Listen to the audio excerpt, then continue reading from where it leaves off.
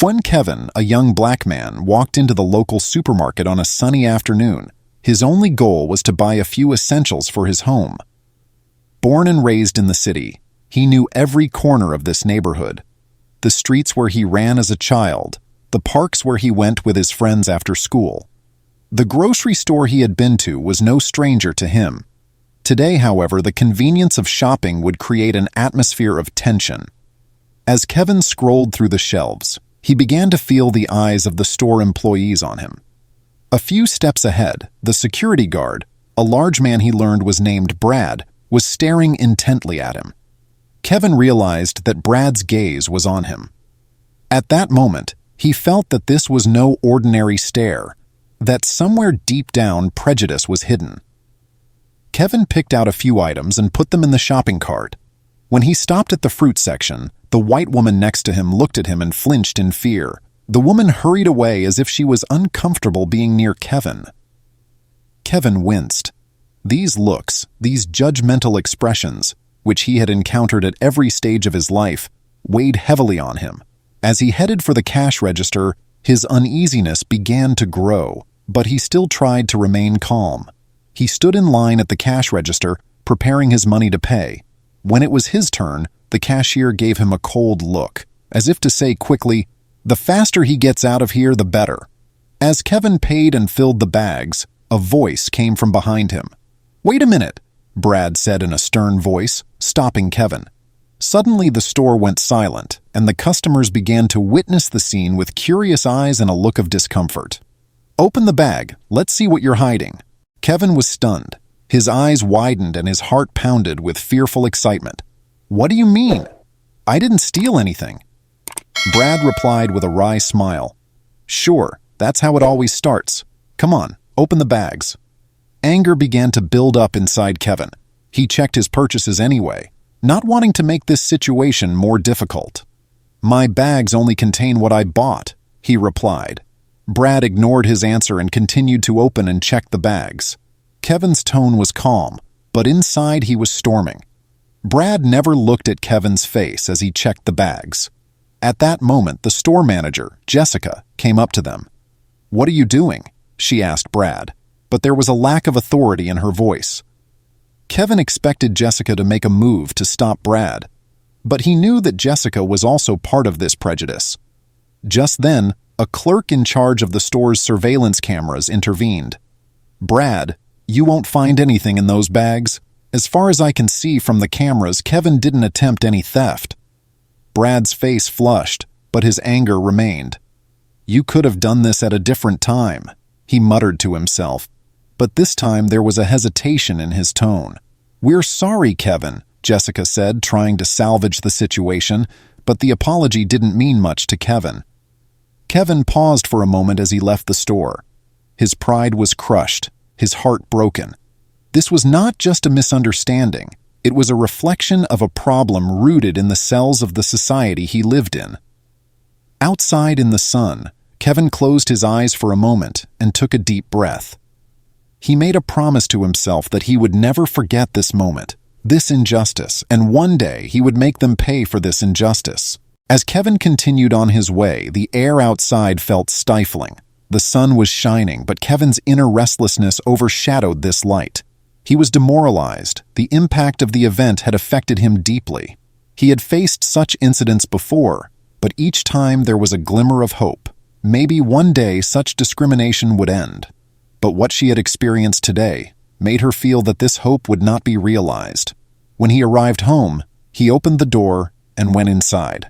Her mother, Lisa, welcomed her inside. The joy on her mother's face suddenly gave way to worry.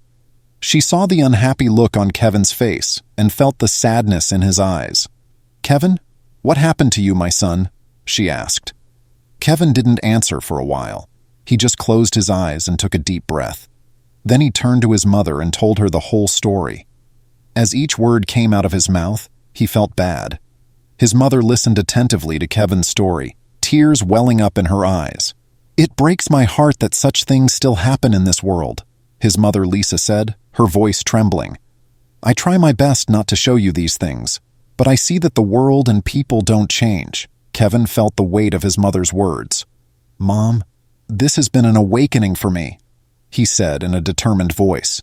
"We have to fight more against these injustices against Black people. We will not accept these things in silence. We will make our voices heard." Lisa saw her son's determination in his words and hugged him tightly. "You're right, Kevin. I believe in you, son. And I know that people who think like you will change this world one day." That night, Kevin couldn't sleep for a long time. Thoughts ran through his mind. Brad's evil glare, Jessica's inadequate apology, the silence of the people in the grocery store. All of these echoed in his mind, but she also realized that this incident had made her stronger. She was more determined now. She wanted to end such injustices not only for herself, but for everyone in a similar situation. The next day, Kevin sat at his computer. He was scrolling through social media. He came across a news story. A local newspaper had reported on this incident at the grocery store. The details of the incident were shared, along with security camera footage. Brad's accusations against Kevin had been debunked by the cameras. Kevin started reading the comments below this news story. Many people were reacting to this injustice and sending messages of support to Kevin. Kevin paused for a moment in surprise. A glimmer of hope began to burn inside him. Could this be the beginning of a change? People needed to be more aware of such incidents. It shouldn't be limited to a news story. Kevin began to write a piece of writing, quickly pressing the keys on the keyboard. He was describing his own experiences, his feelings, and how such incidents have a profound impact on society. He finished writing, took a deep breath, and pressed the share button. In a short time, her article started to have a huge impact. People started to support him. People in similar situations started to share their stories. Kevin realized that he was not alone. These incidents resonated with different parts of society, and people were no longer silent about such discrimination. However, Brad and Jessica's situation was different. The owner of the grocery store fired Brad after the incident, and Jessica was dismissed. This gave Kevin a measure of justice and peace of mind. But he knew that this was only the beginning. Kevin was determined to create a greater awareness in the community after this incident. He wanted to make his voice heard even stronger. He would be a beacon of hope not only for himself, but for every Black person like him who would face similar injustices in the future. Her experiences had made her stronger and transformed her into a fighting hero. And knowing that he was not alone in this journey, that he had many supportive people with him, gave him courage.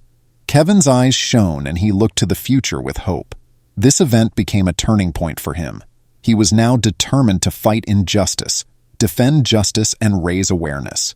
And with this determination, he would cry out to the world with a stronger voice, "Enough! We are going to make a noise!" With his warrior spirit, Kevin took action. As the reverberations of his social media post continued, he was contacted by a local civil rights organization. This was an organization that specifically supports young people struggling with racism. Kevin's experience had caught their attention. The organization invited him to their event to spread Kevin's story and fight against such injustices. Kevin accepted the invitation. It was his first time speaking to a public audience.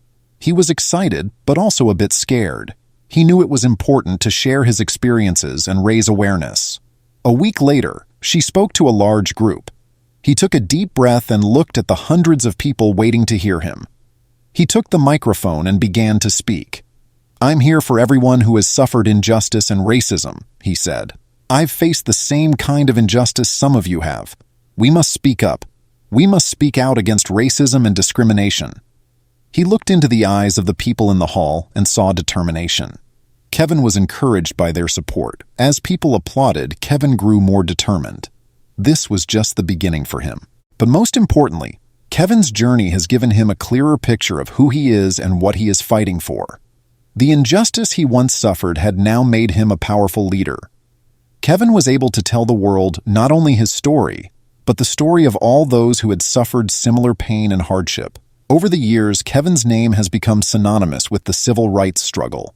Under his leadership, many state laws were changed, and he contributed to and resisted important steps in the fight against discrimination. Kevin always remembered the incident in the grocery store, and this memory gave him the motivation to fight harder and harder. Kevin showed how one person can make a big change. The journey started in the grocery store became a battle for justice and equality. Kevin was one of the winners. He made history and touched hearts. So what did you think of this story?